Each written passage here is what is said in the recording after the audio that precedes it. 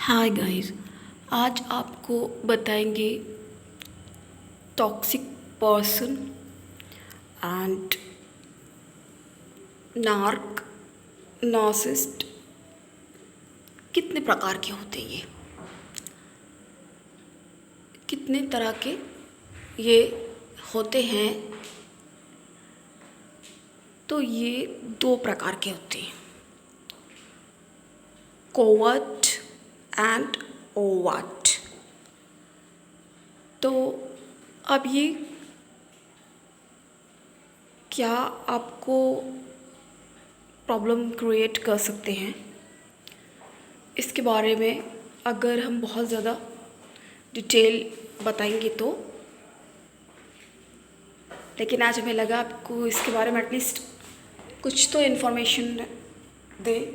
तो ये दो प्रकार के होते हैं और ये लाइफ को कितना ज़्यादा और कौन से लेवल पे डिज़ास्टर क्रिएट करते हैं लाइफ में और कैसे डिस्ट्रॉय करके रख देते हैं, इसके बारे में आपको हम बताएंगे।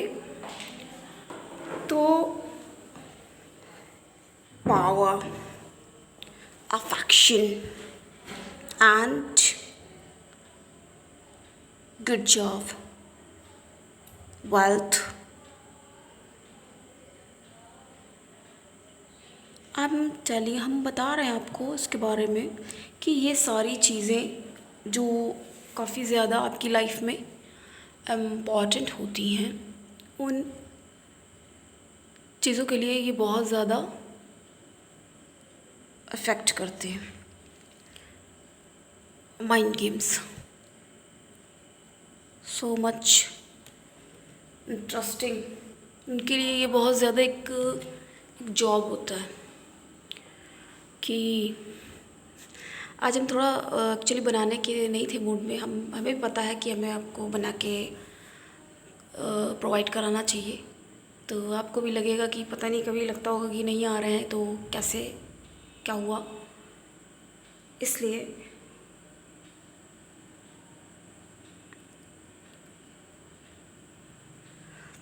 ये बहुत अच्छी चीज़ है। इस तरह के लोगों को अगर आप थोड़ा स्टॉप करें,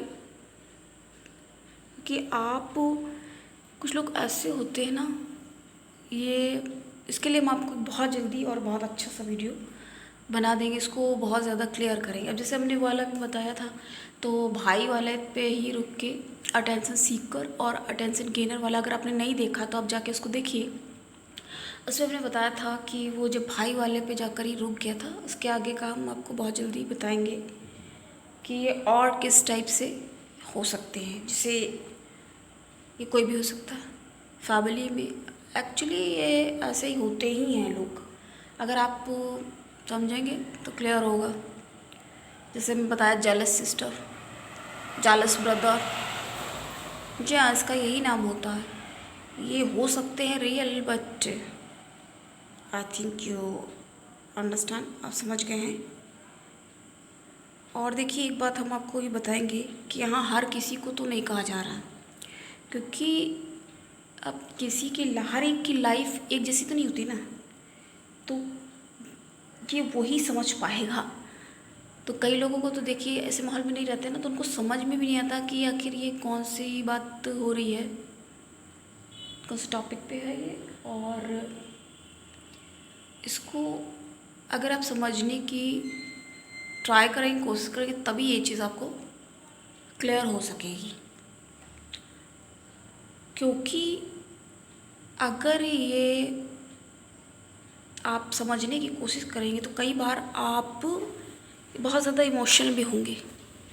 इमोशन, क्योंकि आप अगर किसी, कोई भी है ये, तो आप किसी से इतने टाइम पे बोल रहे हैं तो थोड़ा, और अगर आप एम्पैथेटिक हैं और सिंपैथी है आप में, तो ये थोड़ा डिफ़िकल्ट, थोड़ा क्या एक्चुअली सच कहें तो ये बहुत ज़्यादा डिफ़िकल्ट होता है, बहुत ज़्यादा डिफ़िकल्ट होता है ये। और ये कोई भी, जैसे मान लीजिए कोई भी प्रोसेस जैसी है, बिल्कुल वैसा होता है ये। आप प्रोसेस जैसे चल रही है और आप नहीं समझ पा रहे हो चीज़ों को, अभी कंफ्यूज हो रहे हो, आप खुद कंफ्यूज हो रहे हो कि कई बार ये होता है ना कि खुद को, तो ये बहुत ज़्यादा गलत चीज़ है। इससे अगर आपके अंदर एक बात, हम आपको बहुत बड़ा एक रीज़न बताएंगे अभी, बहुत ध्यान से सुनिएगा। एक तो आप स्किप करके मत देखिए क्योंकि बहुत ज़रूरी बातें हैं, ये लाइफ चेंजिंग है बिल्कुल। तो अगर आप खुद को बहुत ध्यान से पॉइंट सुनिए माय डियर फ्रेंड्स, कि अगर आप खुद को ब्लेम करते हो तो इसका मतलब है आप नार्सिज्म से, टॉक्सिक पीपल से, फेक पीपल से आप जूझ रहे हो, उसका मतलब है आपके पास। क्योंकि अगर आपके अंदर गिल्ट आ गया, ठीक है, कई बार गलत होता है, चलिए वो माना जा सकता है, लेकिन आप अगर बहुत ज़्यादा ब्लेम अपने ऊपर ही लेते हो या लोग आपके ऊपर देते हैं तो आप बहुत जल्दी अग्री कर जाते हो। अगर आप तैयार हो जाते हो कि हाँ नहीं ठीक है, हाँ कोई ऐसी बात होगी। देखिए आज हमने ऐसे सोचा था कि वीडियो बनाएंगे, बट ये हमने आपको थोड़ा सा समझा के बना दिया। अब देखिए हम क्या क्या झेलते हैं, कैसे करके बना पाते हैं, काफ़ी सारे काम भी होते हैं और आप भी समझ सकते हो सिचुएशन। तो इसलिए अब बहुत जल्दी बनाएंगे आपके लिए, इसको हम और अच्छे से आपको एक्सप्लेन करेंगे। तो ये कई लोगों को देखे समझ में नहीं आएगा, लेकिन हमने आपको जो क्वालिटी बताई है ये, तो अगर ऐसा कुछ है तो आप, अगर आपको कोई ब्लेम करता है और आप कहते हो हाँ ठीक है, हाँ भाई मेरी गलती, जल्दी से आप वो हो जाती है, या खुद ही कई बार आगे से आके आप अपने ऊपर अगर ले रहे हो, तो ये चीज़ गाइस बिल्कुल भी सही नहीं कही जाएगी। देखिए कभी कोई गलती हुई, या एक बार हुआ, 2 बार भी हुआ, 3 बार, कोई बात नहीं, तो वो माना जा सकता है। लेकिन अगर बार बार वही चीज़ रिपीटेशन हो रहा है, रिपीट हो रही है, तो इसका मतलब है कि कुछ तो कहीं पे कुछ ना कुछ प्रॉब्लम है। तो इसको आप डील आप कैसे करेंगे, क्या करेंगे, और एक बात आपको बताएंगे, when you stop care, when you stop, तो not start so much caring. Clear? Am I clear? I think I'm clear. So that's why हम इंग्लिश में बोलने लगे, सॉरी गाइस। मेरा मतलब ये है कि अगर आप समझो ध्यान से इसको, क्योंकि थोड़ा बहुत ज़्यादा इम्पॉर्टेंट चीज़ें हैं ये, जो आप कई बार केयर नहीं करते हो, छोटी सी बात जिसको समझ लेते हो, वो पता चला बाद में जाके क्लियर होता है कि वो काफ़ी बड़ी और कैसा इफ़ेक्ट आपकी लाइफ में वो बात करती है। तो फिर देखो,